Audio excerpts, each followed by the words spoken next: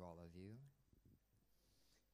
It's my privilege to introduce the next speaker, a very good friend from a long time ago, and somebody who has done remarkable work in the Theosophical Society. I have known Chong Sanne, I don't know how long ago, and even before I knew him, I was already coming to Singapore and then attend the lodge meetings, and I could remember at the time that the lodge was almost dying. Sometimes when I come here, have a meeting, there'd be just 4 or 5 people, and the next time that I come, it would be in another place. And then something happened. In 1992, a man named Chong Sanne happened to see a book by Leadbeater on the chakras, and he became interested and started reading the works of Leadbeater and Besant for 2 years before he became a member of the Theosophical Society. And after he became a member, he became active as an officer and was elected as the president of the lodge 5 years after. And after that, Singapore Lodge has become magnificently different. From a very small, almost dying lodge, it has become one of the most vibrant lodges in the theosophical world. Now, many of our sections, including the Philippines, we don't even have 300 members. And we have 15 lodges and maybe 10 study groups. But here is just one lodge which has even more population than our entire country. I mean, the entire TS in the Philippines. That's remarkable. And you probably have one of the largest lodges in the world, just a single one. And he has done this with not only with Lily, his wife, but also he has formed a very strong team of people that has made Theosophy popular here in Singapore. He has created the course on Theosophy, which has also become very popular here, and which has been responsible for increasing the membership in the Singapore Lodge. In about 1999, Sanne had become very interested in the Mahatma letters. He went to the British Museum, looked and compared the original with those in the books, and he has become a resource person on the Mahatma letters, giving lectures. He has prepared slides on it and given lectures in many places, including the Philippines and during the last Indo-Pacific conference. So it's my privilege, brothers and sisters, to introduce to you our next speaker, Brother Chong Sanne, who will speak about study in consciousness. Yeah. Well, thank you, Vic, for your kind words. Let's see.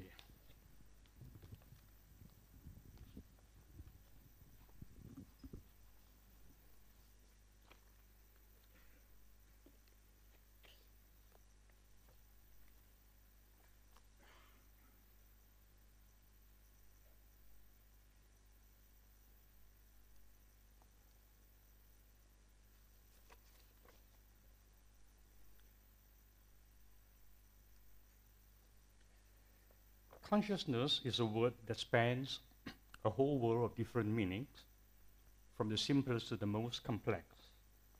Like many seemingly simple words such as karma, life, thoughts, and memory, when pursued in meaning, opens up an endless field for inquiry. Such simple words often defy simple definition. What do we understand it to mean? Awareness, feelings, sensitivity, awakeness or wakefulness, knowledge, experience, thought, life, and more. At the simplest, the word would mean just being awake or being aware we often associate it with a person's well-being. When someone is ill or has met with an accident, we would ask if he or she is conscious. In metaphysics, it would mean the existence of life. In the grandest scheme, it will allude to the vastness and varied levels of evolution. Annie Besant's book, A Study in Consciousness, is about the evolution of an universe. We shall try to understand a little more of this word in this talk on consciousness. Let us start with traditional definitions.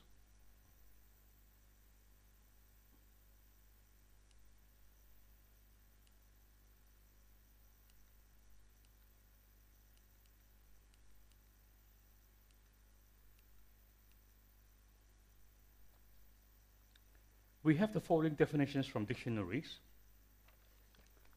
Strange, guess back.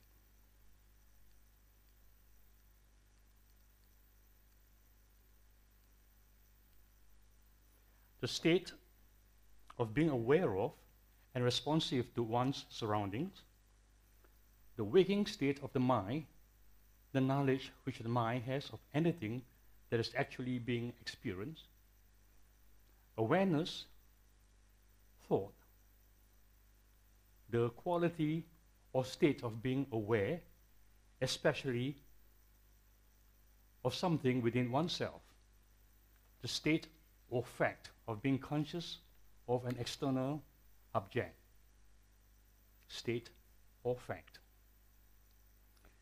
That's pretty much what we learned in our study of the English language, but the same word has a different connotation in the esoteric philosophy. From the Theosophical Encyclopedia, which has a very useful entry on consciousness, and states it as the state of being aware, either of something external or internal.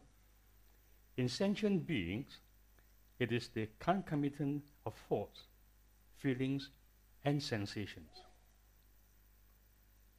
He further quotes from the Sacred Doctrine, everything in the universe, throughout all its kingdoms, is conscious, endowed with a consciousness of its own kind and on its own plane of perception. We, men, must remember that because we do not perceive any signs which we can recognize of consciousness, say in stones, we have no right to say that no consciousness exists there. There is no such thing as either dead or blind matter, as there is no blind or unconscious law. Now the highlight is mine, as he introduces a qualification which we shall discuss a little later. And from HPB's collected writings, the encyclopedia states, in human beings, there are 7 states of consciousness corresponding to the different principles from body to Atma. Blavatsky states that the special organ of consciousness in living people is the brain, located in the oral of the pineal gland. At variance with the common assumption that consciousness can only perceive one object at a time, she states that human consciousness can simultaneously receive no less than 7 distinct impressions, and even pass them into memory. It also quotes from the Mahatma letters, the one and chief attribute of the universal spiritual principle, the unconscious but ever active life giver, is to expand and share. That of the universal principle, material principle, to gather in and fecundate. Unconscious and non-existing when separated, they become consciousness and life when brought together. In studying consciousness, Annie Besant defines consciousness as consciousness and life are identical, two names for one thing, as regarded from within and from without. There is no life without consciousness. There is no consciousness without life. When we vaguely separate them in thought and analyze what we have done, we find that we have core consciousness turned inward by the name of life, and life turned outward by the name of consciousness. From the Occult Glossary, we have this definition, a very delightful, insightful definition by G.D. Peruka. In all its forms and protean manifestations, consciousness is spirit matter, force and matter, or spirit and substance. And one are one. Hence, consciousness is the finest and loftiest form of energy, is the root of all things, and is coextensive with cosmic space. It is therefore the foundation and the essence of gods, of monads, and of atoms, the three generalized degrees, cosmically speaking, of the universe. A natural corollary from this is that the universe, therefore, is embodied consciousness, or much more correctly, we should call it a quasi-infinite aggregate of embodied consciousness. Now, those words in yellow, we're going to be exploring later on in the talk.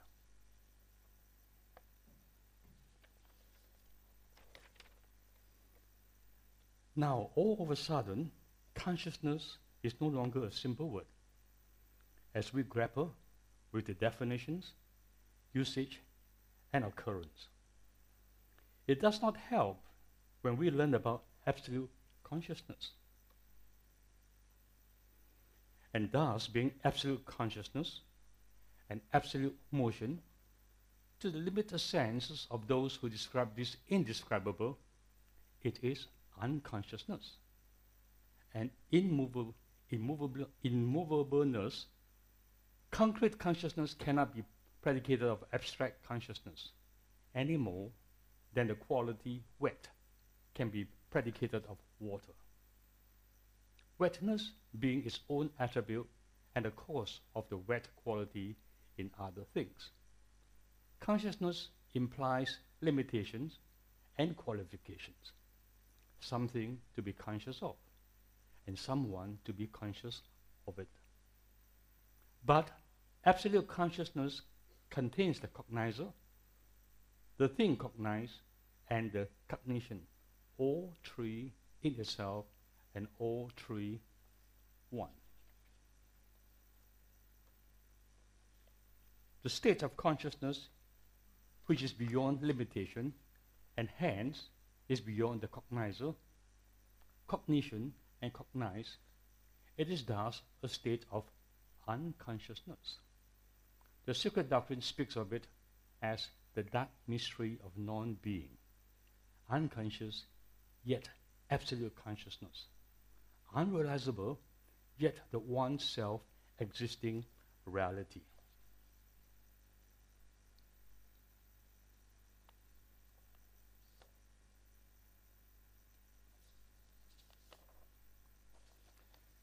A study in consciousness thus poses tremendous challenge to the aspiring student. Annie Besant's A Study in Consciousness, first printed in 1904, is a welcome primer on this metaphysical subject. In the foreword, she writes, "This book is intended as an aid to students in their study of the growth and development of consciousness, offering hints and suggestions which may prove serviceable to them." In this regard, she has succeeded remarkably well. The book has two parts. The first, simply entitled consciousness, and the second, will, desire, and emotion. Read together, it is indeed a contribution to the science of psychology, which is a subtitle of the book. It is noteworthy how the subject is introduced by the author. She writes, "The subject of the unfolding of consciousness in the beings whose field of evolution is a solar system is one of considerable difficulty. None of us may at present hope to do more than master a small portion of its complexities. But it may be possible to study it in such fashion as may fill up some of the gaps in our thinking, and as may yield us a fairly clear outline to guide our future work."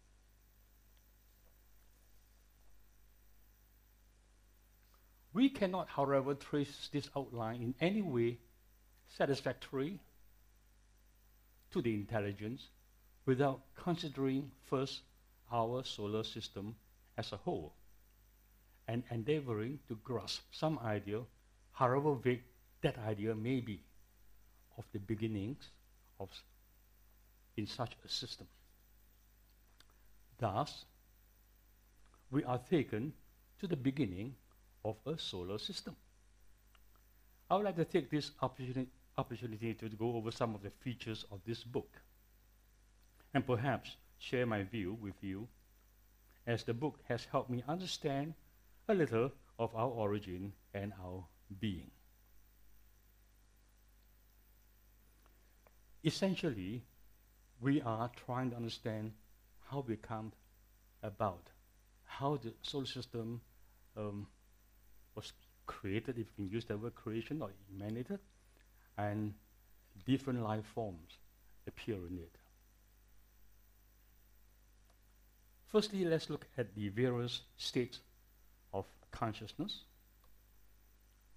Physical cognition, the five senses, sensual pleasures and physical sufferings, emotions, passions, desires, concrete thoughts, abstract thoughts, intuition, nirvanic consciousness, an infinite level of higher consciousness.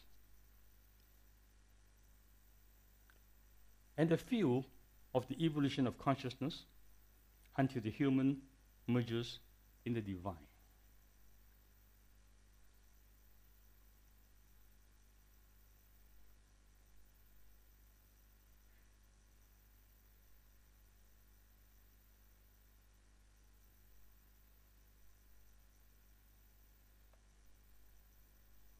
So this book takes us through the creation of a universe.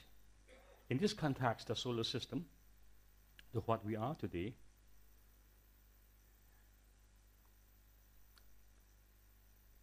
The book starts with the origins and the origination of monads.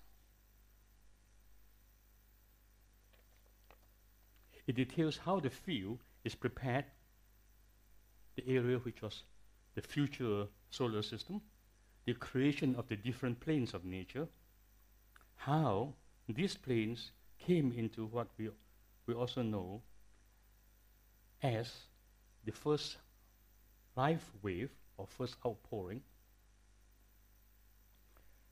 We are introduced to spirit matter at this stage. Remember Peruka's definition has got that on. And the contents of this book, very briefly, are this: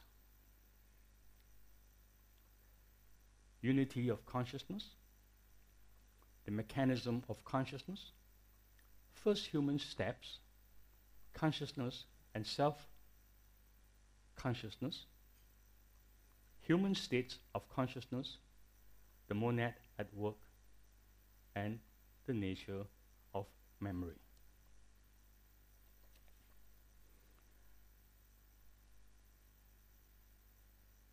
Origins.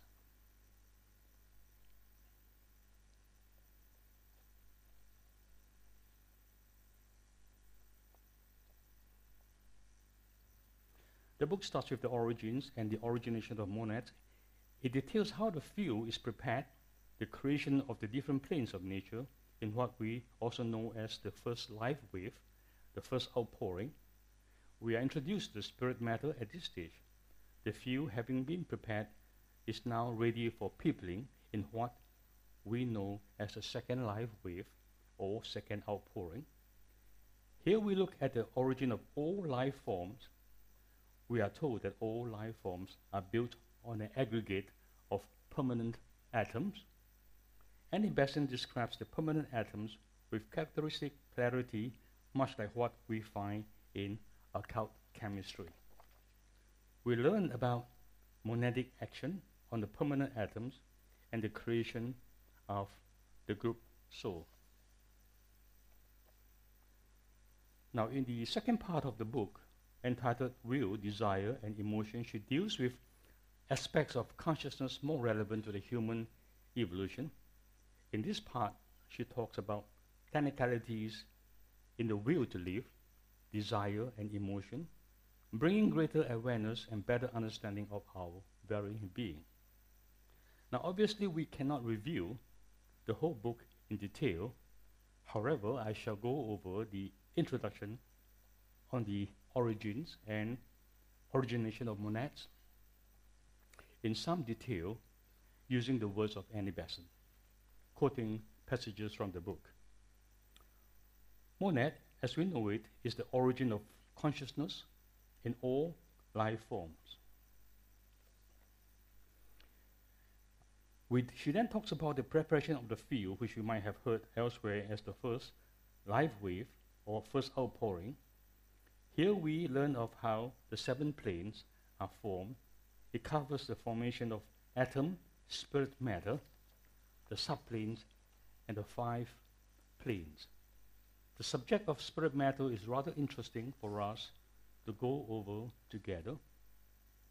And I'm going to just go over now, give you some illustrated commands in the selected sections of the book.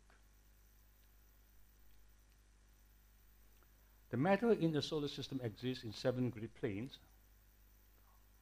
On 3 of these, the physical, emotional, and mental is proceeding the normal evolution of humanity. On the next 2 planes, the Buddhic and the Atmic, goes on the specific evolution of the initiate after the first of the great initiations. These 5 planes form the field of the evolution of consciousness until the human merges into the divine. So a little illustration here might help.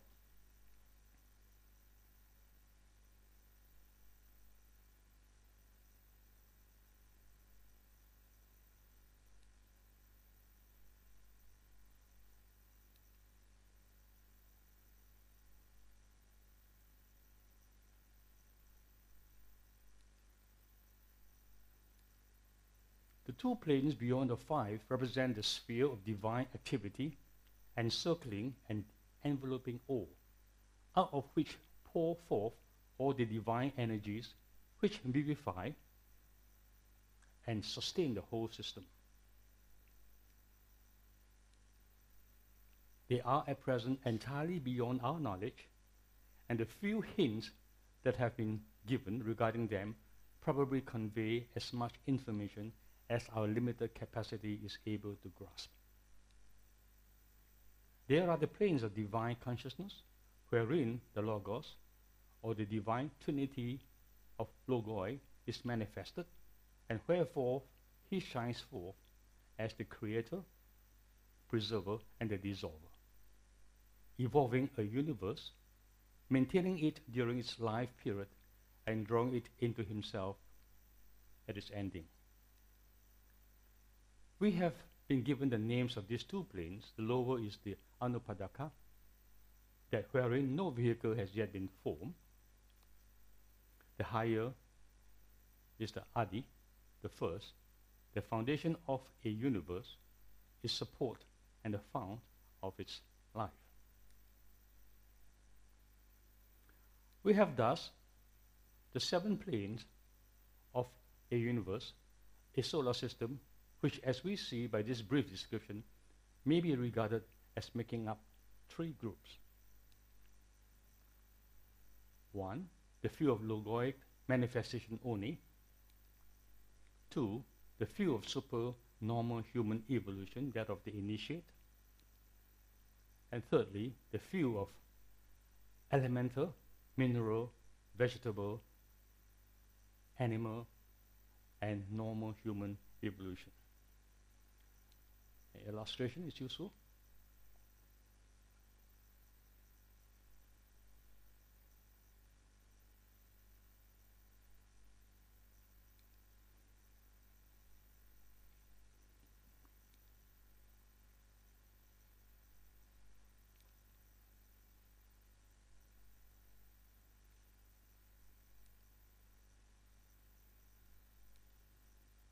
The two highest planes may be conceived of as existing before the solar system is formed.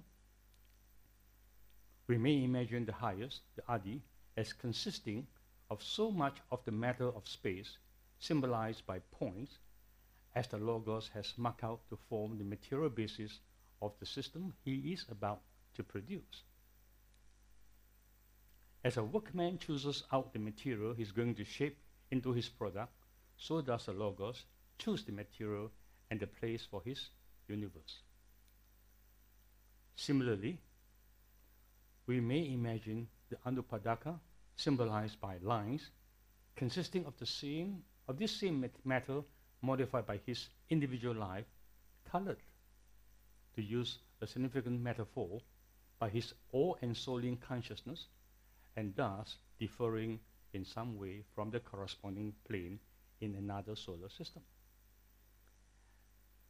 And consisting of this same matter seen before, and perhaps you could also talk a little bit about some of the symbols that are used.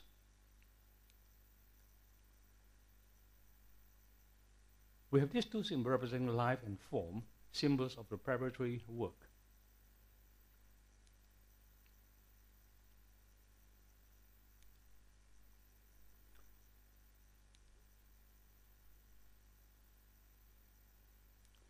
The primeval point in the center of the circle, the Logos as one, within the self-imposed encircling sphere of subtlest matter in which he has enclosed himself for the purpose of manifestation, of shining forth from the darkness.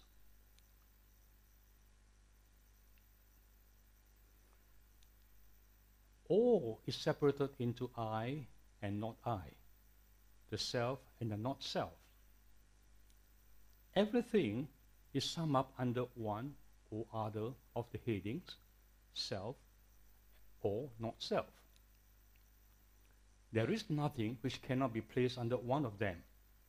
Self is life, consciousness, not self is matter, form. Here then we have a duality. But the twain are not two separate things, isolated and unrelated. There is a continual relation between them, a continual approach and withdrawal, an identification and repudiation. This interplay shows itself as the ever-changing universe. Thus, we have a trinity, not a duality.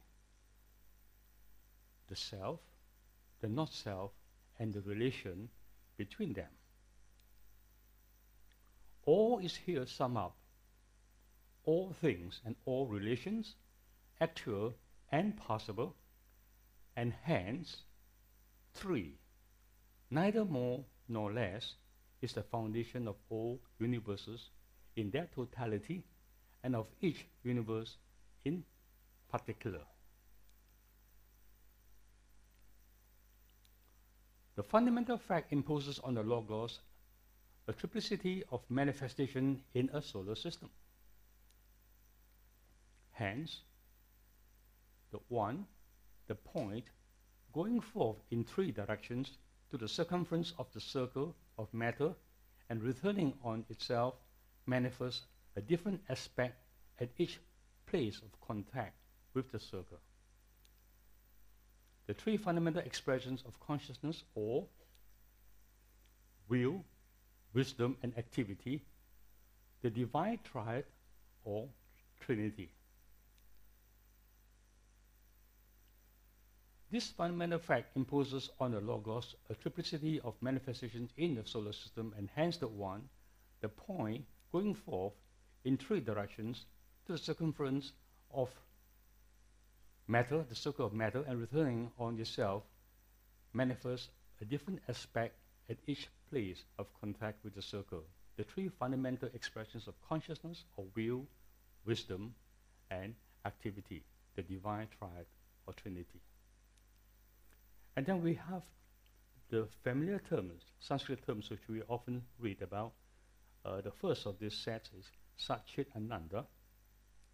For universal self, the inner self, thinking of not self, identifies himself with it, thereby sharing with it his being. This is the divine activity, Sat, existence lent to the non-existent, the universal mind. The self, realizing itself, himself as wisdom, Chit, the principle of preservation.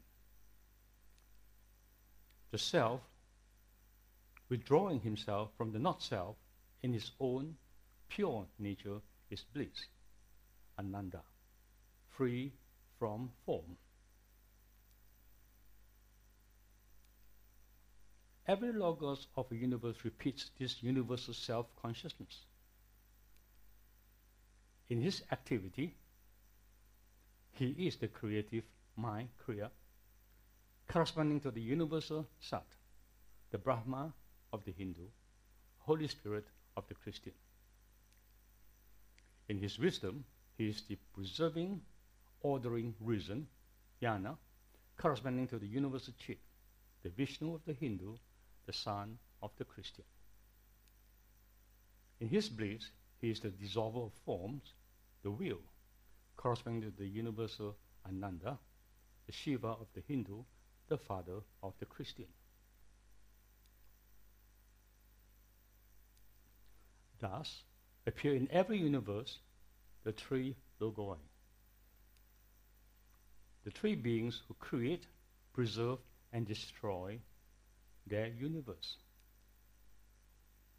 each showing forth predominantly in his function in the universe one ruling aspect, to which the other two are subordinate, though of course ever present. Hence, every manifested God is spoken of as a Trinity.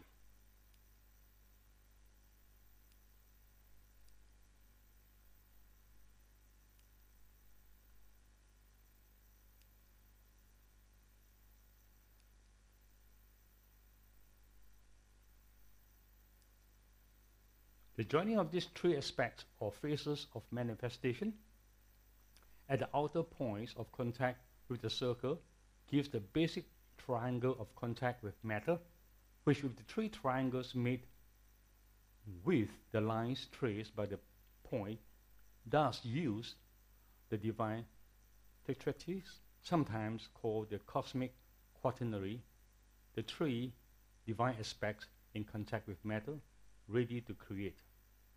These in their totality are the oversoul of the cosmos that is to be. Another three words that we often come across. Under form, we may first glance at the effects of these aspects as responded to from the side of matter. These are not, of course, due to the logos of a system, but are the correspondences in universal matter with the aspects of the universal self.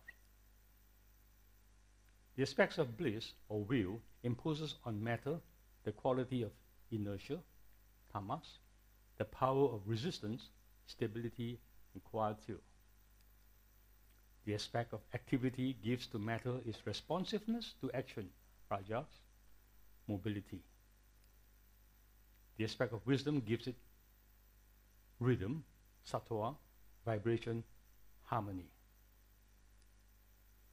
It is by the aid of matter thus prepared that the aspects of Logoi consciousness can manifest themselves as beings.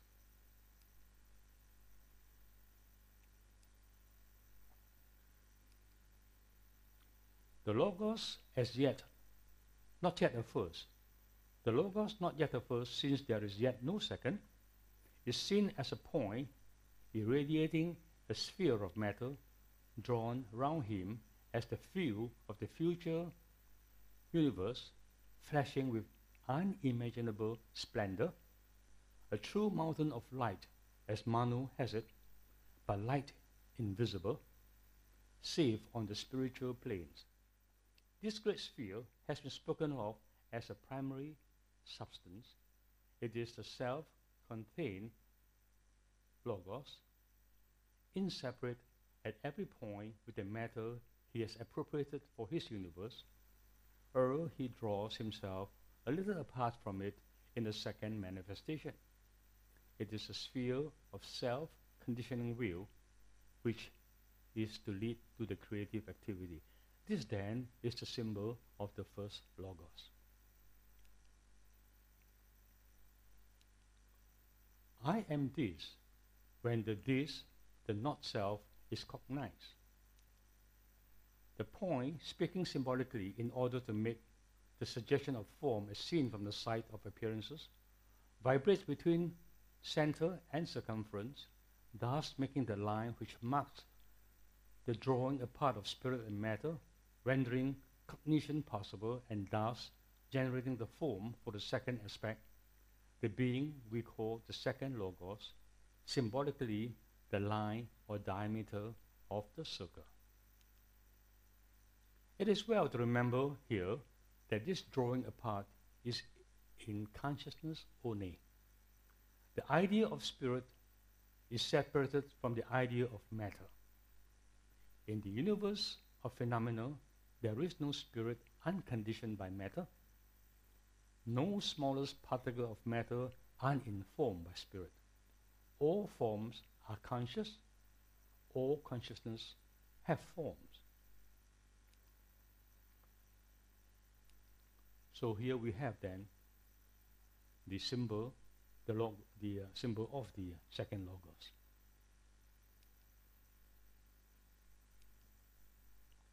It is said of this in the mystic phrase, "Thou art my son, this day have I begotten thee." This relation of father and son within the unity of the divine existence of the first and the second Logoi belongs, of course, to the day of manifestation, the life period of a universe. It is this begetting of the Son, this appearance of the second Logos, the wisdom, which is marked in the world of form by the differentiation, the drawing apart of spirit and matter, the two poles between which is spun the web of a universe. The separation, as it were, of the neutral, inactive electricity, which may symbolize the first Logos, into the dual form of positive and negative, symbolizing the second, thus making the unmanifest manifest. This separation within the first Logos is vividly imaged for us in the preparation of cell multiplication that we may study on the physical plane, wherein we see the processes that lead up to the appearance of a dividing wall, whereby the one cell becomes two. For all that happens down here is but the reflection in gross matter of the happenings on higher planes, and we may often find a crutch for a halting imagination in our studies of physical development. As above, so below. The physical is the reflection of the spiritual. Then the point with the line revolving with it vibrates at right angles to the former vibration, and thus is formed the cross. Still within the circle, the cross which thus proceedeth from the Father and the Son, the symbol of the third Logos, the creative mind, the divine activity now ready to manifest as creator. So you often see that symbol, circle with a dot in the center, circle with a diameter, and circle with a cross.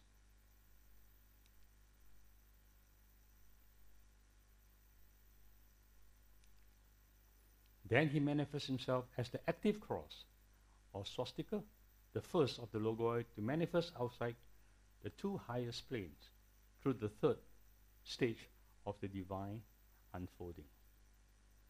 And then she goes along to talk about the monads, the origination of the monads, which is really, the beginning of all forms of life in this universe.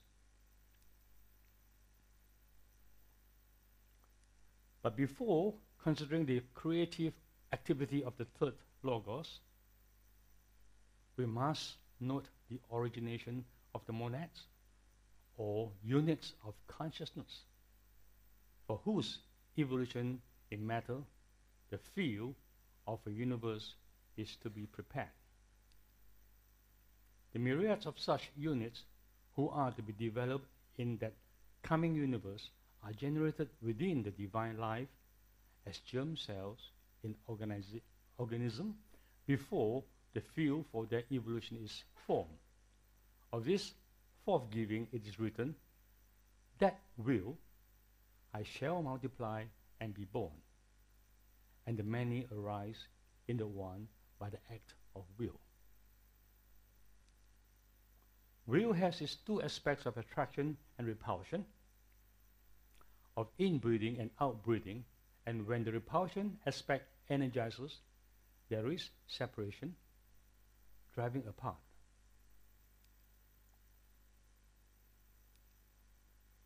This multiplication within the one by the action of will marks the place of origin, the first Logos, the undivided Lord, the Eternal Father. These are the sparks of the supreme fire, the divine fragments, named generally monads. A monad is a fragment of the divine life, separated off as an individual entity by a rarest form of matter, matter so rare that while it gives a separate form to each, it offers no obstacle to the free intercommunication of a life thus in case with the surrounding similar lives. The life of the monads is thus of the first Logos, and is therefore of triple aspect: consciousness, existing as will, wisdom, and activity. In the very true sense, that's our origin. That's where we came from. This life takes form on the plane of divine manifestation, the second, or Anupadaka, sons of the Father, even as the second Logos, but younger sons with none of their divine powers, capable of acting in matter denser than that of their own planes, while he, with ages of evolution behind him, stands ready to exercise his divine powers, the firstborn among many brethren. Fitly, they dwell on the Anupadaka plane, the roots of their life in the Adi, as yet without vehicles in which they can express themselves, awaiting the day of manifestation of the sons of God. There they remain while the third Logos begins the external work of manifestation, the shaping of the objective universe. He is going to put forth his life into matter, to fashion it into the materials fitted for the building of the vehicles which the monads need for their evolution.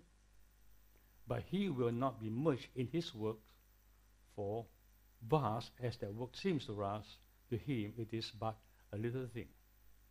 Having pervaded this whole universe with a portion of myself, I remain.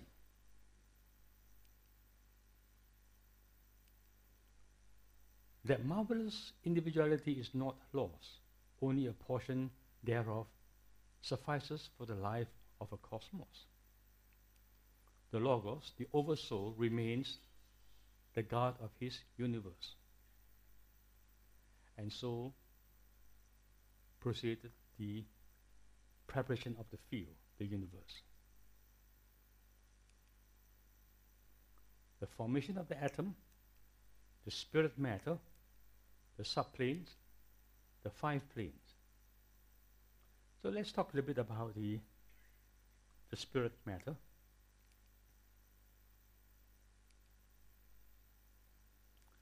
The epithet spirit matter will perhaps be better appreciated if we pause for a moment on the method of the formation of the atoms of the successive planes.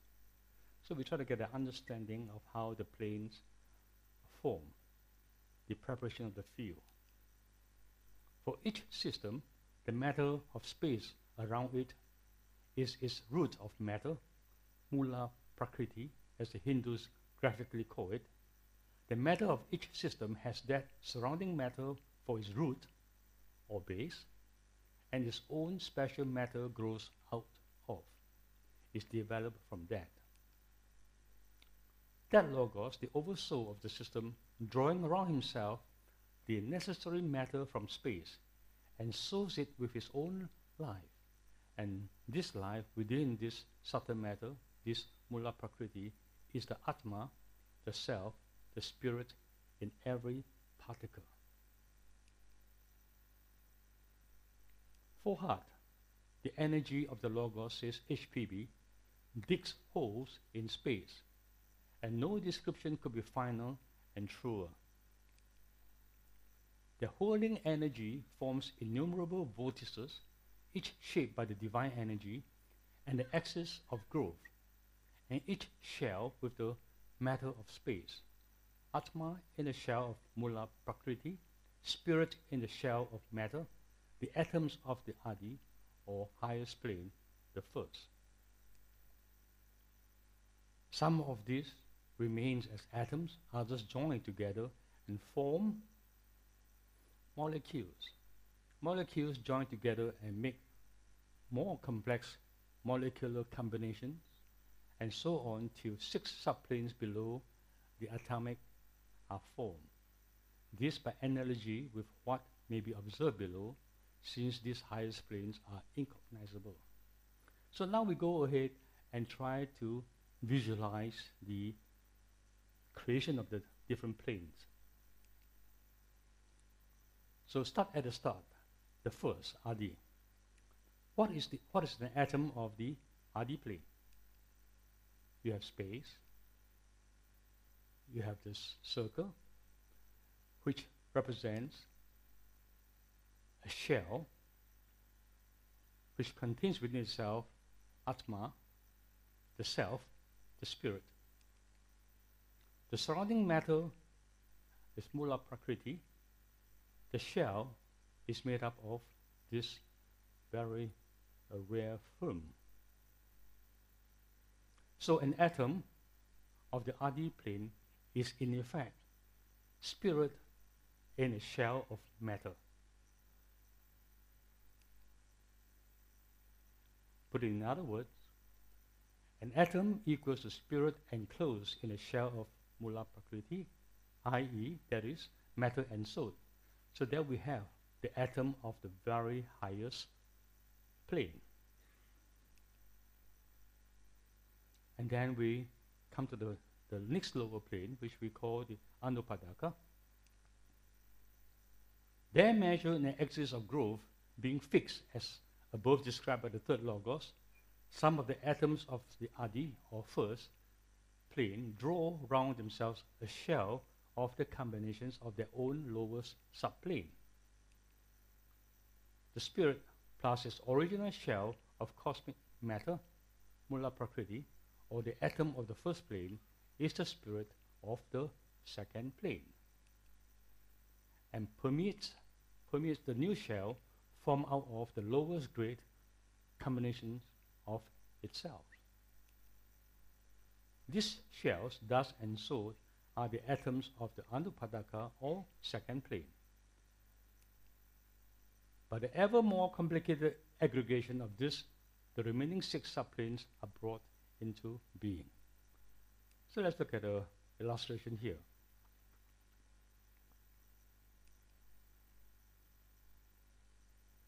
So we recognize this. In the earlier slide, there's the atom of the Adi plane. But now there's another layer, which is made up of the 7 subplane matter of Adi,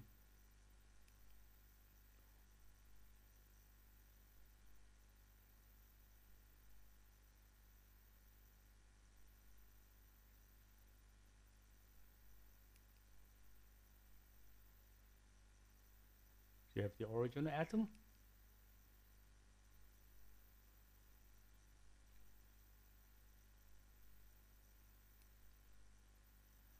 which now contains yet another shell.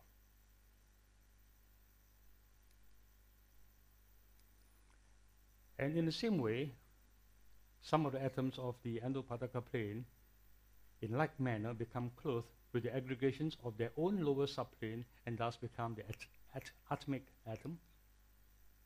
The spirit now being clothed with 2 shells inside its atomic wall of aggregations of the lower subplane of the Endopadaka,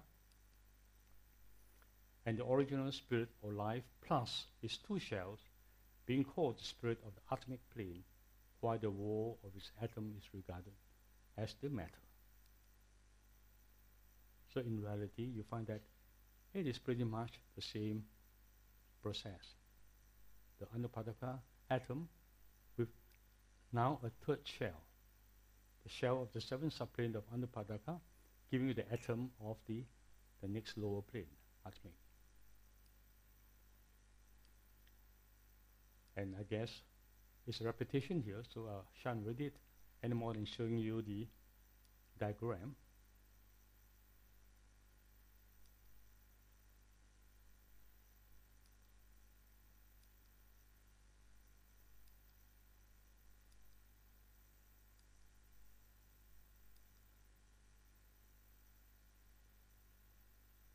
Ever increasing in shells.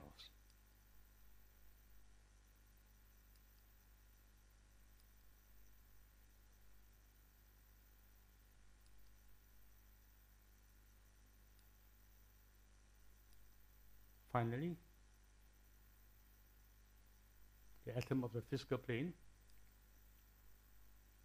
will have the subplane matter of the astral plane, the 7th subplane matter of astral plane as its outermost shell.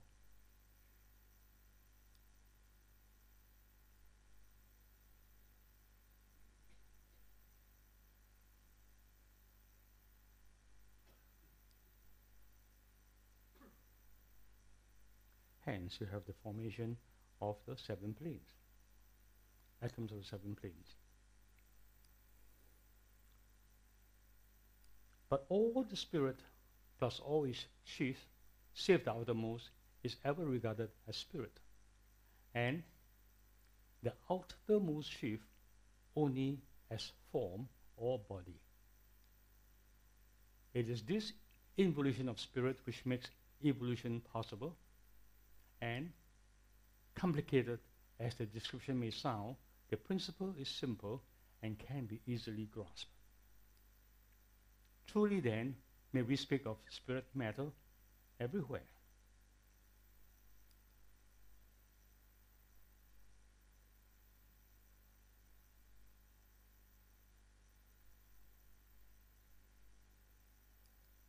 So we have the 3 lower planes being the few of elemental, mineral, vegetable, animal, and normal human evolution, and the 2 higher, the 4th, or rather the 3rd and the 4th, the few of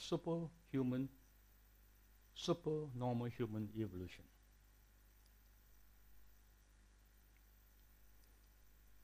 The full manifestation of these 3 aspects of consciousness in the highest forms takes place in man in the same order as the manifestation of the triple logos in the universe. The 3rd aspect, activity, reviewed as the creative mind, as the gatherer of knowledge, is the first to perfect its vehicles, and show forth its full energies.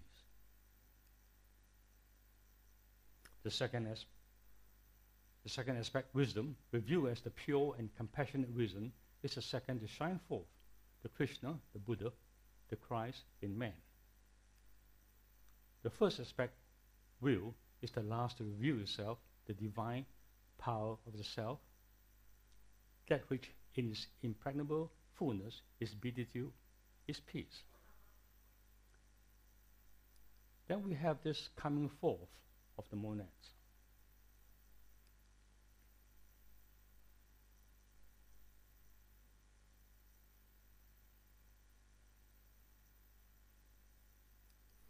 We have on the second highest plane, the primordial triangle, the monad,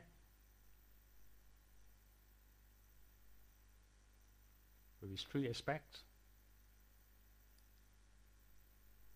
The monads shine forth their rays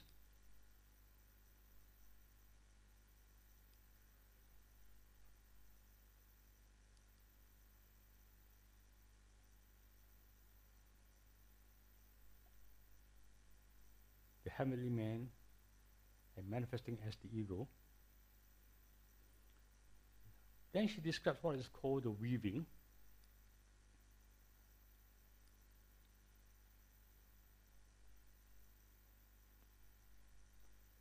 In the first subplane of the mental plane, you have some atoms that are selected as permanent atoms and others unattached. Both are called monadic essence, but more referring to the unattached atoms. And then you have the first elemental kingdom in the second to the third subplane. Now these, we will know, are future men, the future humans.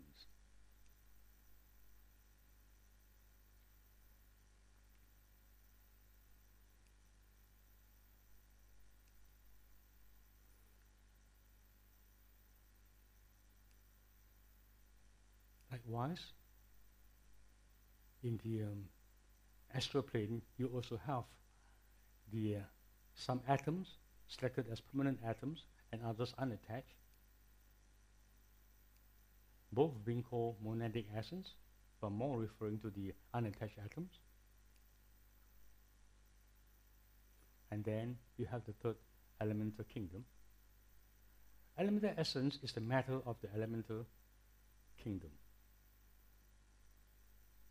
contrast with the monadic essence.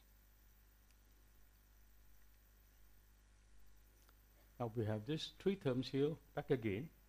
We have under form, we may first glance at the effects of these aspects as responded to from the side of matter. These are not, of course, due to the logos of a system, but are the correspondences in universal matter with the aspects of the universal self. The aspect of bliss or will imposes on matter the inertia, the quality of inertia, tamas, the power of resistance, stability, quietude. The aspect of activity gives to matter its responsiveness to action, rajas, mobility. The aspect of wisdom gives it rhythm, sattva, vibration, harmony. It is by the aid of matter, thus prepared, that the aspects of logoic consciousness can manifest themselves as beings. So this is the background in the creation of beings as we know it. So we have the septenary in matter, which is basically combination factorial 3. In various combinations, you find that they made up 7 possibilities, therefore 7 streams.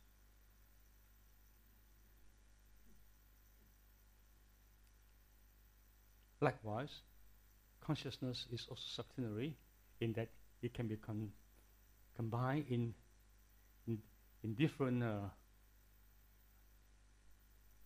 dominance. The red color means it's most dominant. The green is secondary, and the blue is tertiary. And in that order, you find that they add up to 7.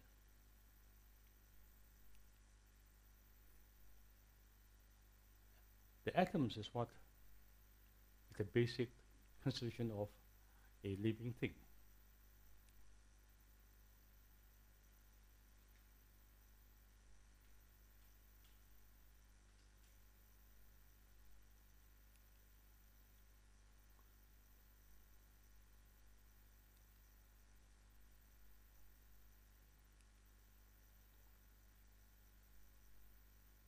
The congregation of these three atoms form what is called the Jivatma.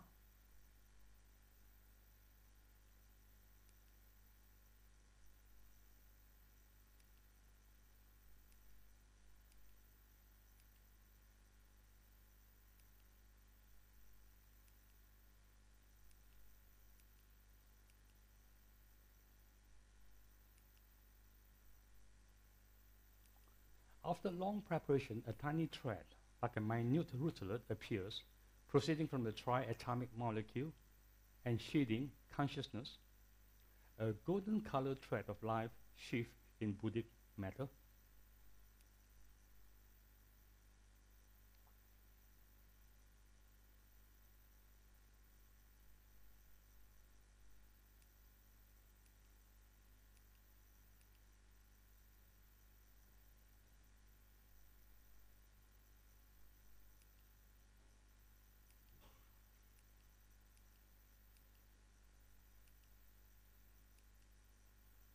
Around this attached unit gather temporary aggregations of elemental essence of the second kingdom, scattering and regathering over and over again, ever with the attached unit as center.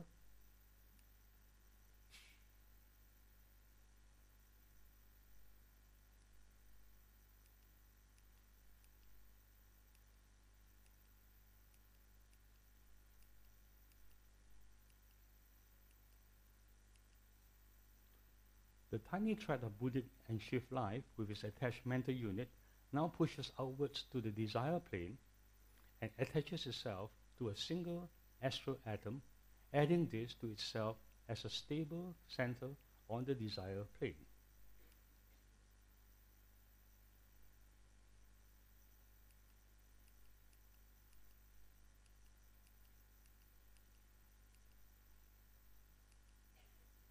This tiny thread, the tiny thread of Buddhic and Shift life, with its attached mental and desire units, pushes outwards once more and annexes a physical atom, adding this to itself as a stable center on the physical plane.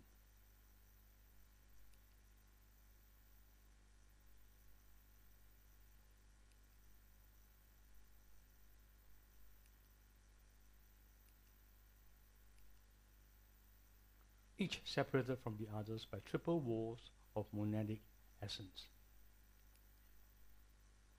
The choosing of and the use of the permanent atoms.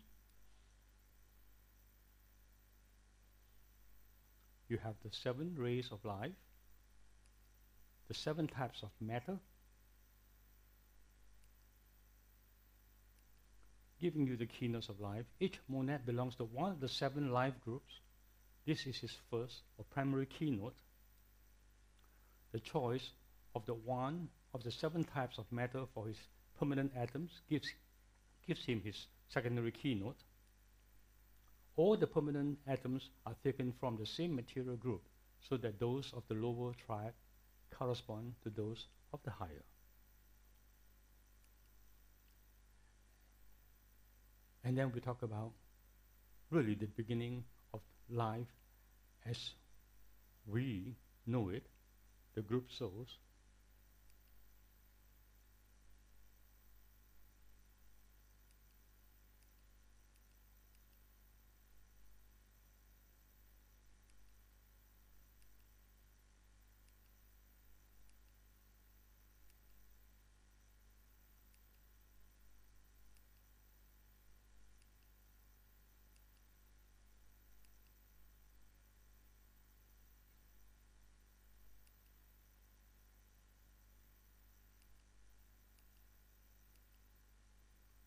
Each separated from the others by triple walls of monadic essence.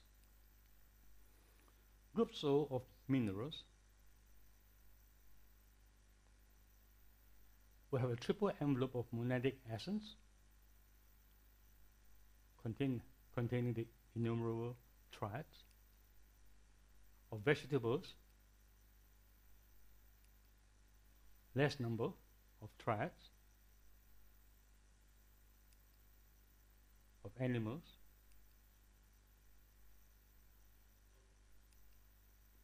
lesser still the number of triads, with a single envelope of monadic essence, and the group soul of an animal that is individualizing. We have just one triad, the Jivatma, with a single envelope of monadic essence. So the third life wave, or the third outpouring, which happens in the middle of the third root race, has been reached. The nervous apparatus of animal man had been built up to a point at which it needed, for its further improvement, the more direct flow of thought from the spiritual triad to which it was attached. It was now to form the foundation of the causal body, the vessel into which the downpouring life was to be received. The time was ripe for his birth into the lower world. The mother life of the Logos had built for the bodies in which he could now live as a separate entity in the world of forms. And he was to come into direct possession of his bodies and take up the human evolution.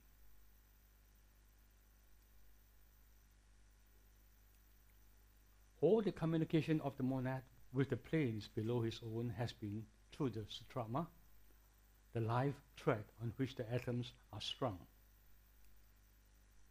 That life thread of second plane matter passing from the atmic to the buddhic, from the buddhic to the manasic, from the manasic re-entering the atmic, thus making the triangle of light on the higher planes. We have seen further that from the line of this triangle on the buddhic plane comes forth a thread, the sutratma of the lower planes on which the lower triad is strung.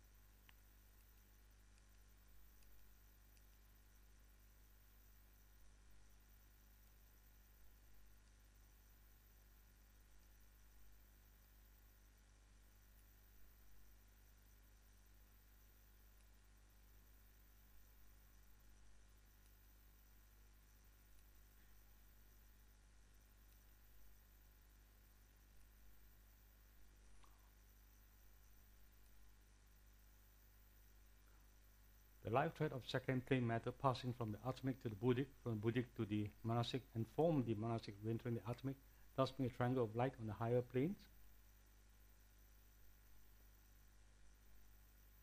The time has now come for a fuller communication than is represented by the delicate thread in its original form.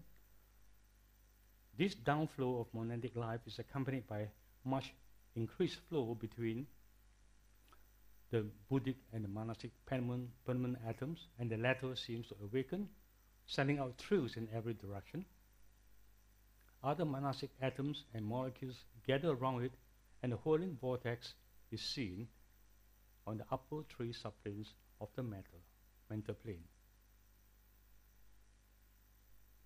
A similar whirling motion is seen in a cloudy mass surrounding the attached mental unit below, enveloped in the remaining layer of the group soul as already described.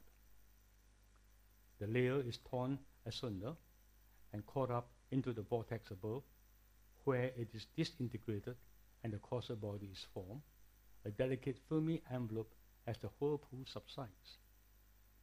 This downflow of life resulting in the formation of the causal body is called the third life wave, and is properly ascribed to the first Logos, since the monads came forth from him and represent his triune life.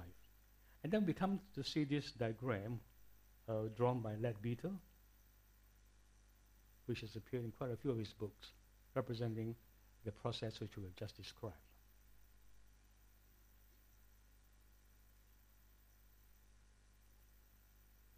The causal body once formed, the spiritual triad has a permanent vehicle for further evolution, and when consciousness becomes able to function fully in this vehicle, the triad will be able to control and direct far more effectively than ever before the evolution of the lower vehicle. The monad is now, in a very real sense, born on the physical plane, but still he must be regarded as a babe there, and must pass through an immense period of time before his power over the physical body will be anything but infantile. And here I show you a diagram showing the triplicity of consciousness.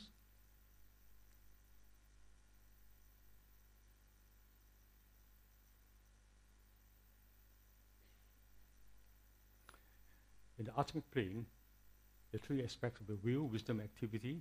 In the mental, it will be choice, discrimination, and cognition. In the astral, it will be desire, love, sensation. In the physical, it will be the motor organs, cerebral hemisphere, and the sense organs. Well, that's pretty much what I'm going to do with this book on studying consciousness. I hope that it provides some clue as to how we come about.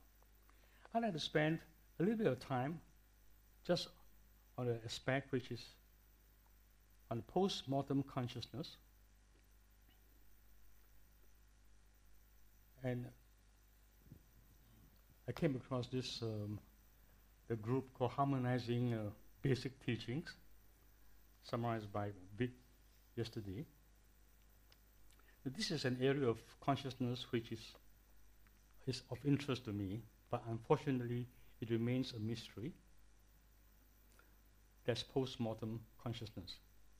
While there appears to be no major disagreement in Devachanic consciousness, there is seemingly a discrepancy in teachings regarding astral consciousness. In the writings of H.P.B. and the Mahatma letters, it is unequivocal that there is generally no consciousness to speak of between physical death and Devachan. Yet, the later generation occultists, C.W. Leadbeater, Annie Besant, Jeffrey Hodgson, and Dora Kunz, in their occult investigations, have consistently testified to the consciousness of the dead in the transitional period. Now, I must say I find it hard to believe that these occultists, all devoted servants of the masters, will propagate an untruth, that they would willfully mislead students in their writings about post-mortem consciousness, if they had known the teachings to be untrue.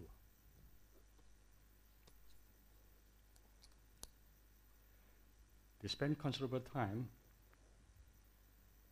of service to the society. Leadbeater, some 50 years. Annie Besant, 44. Jeff Rosen, 70 years. Dora Kunz, 83 years. It is difficult to believe that they will propagate an untruth. On the contrary, I find their writings on this subject earnest and well-intentioned. I would like to quote CWL on the reality of the astral plane.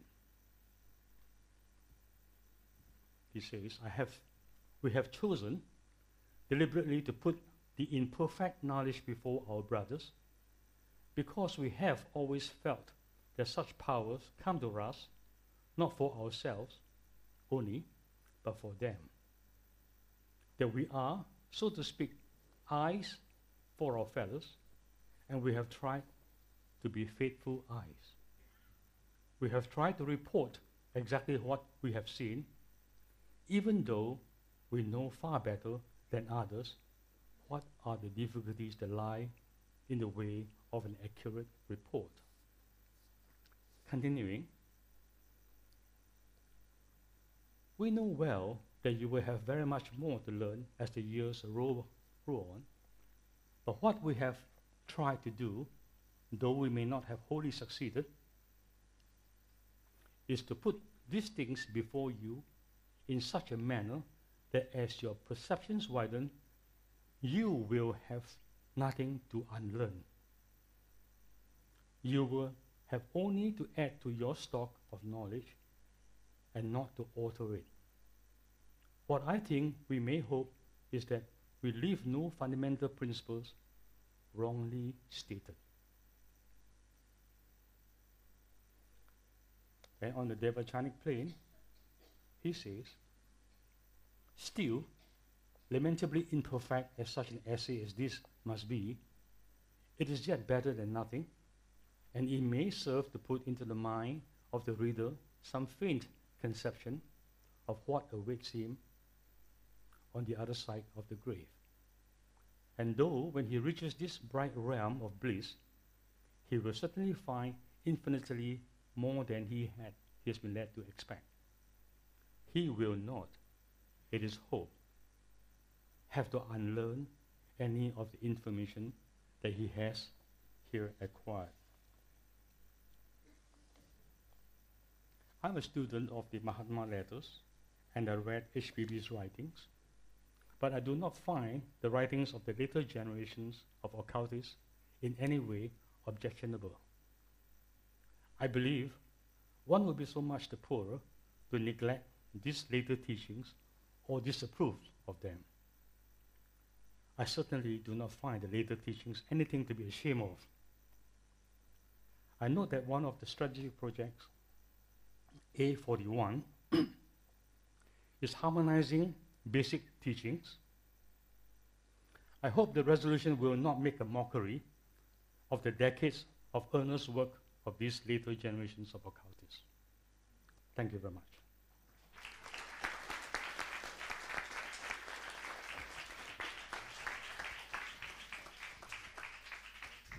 Thank you, Sanne. We have just been given a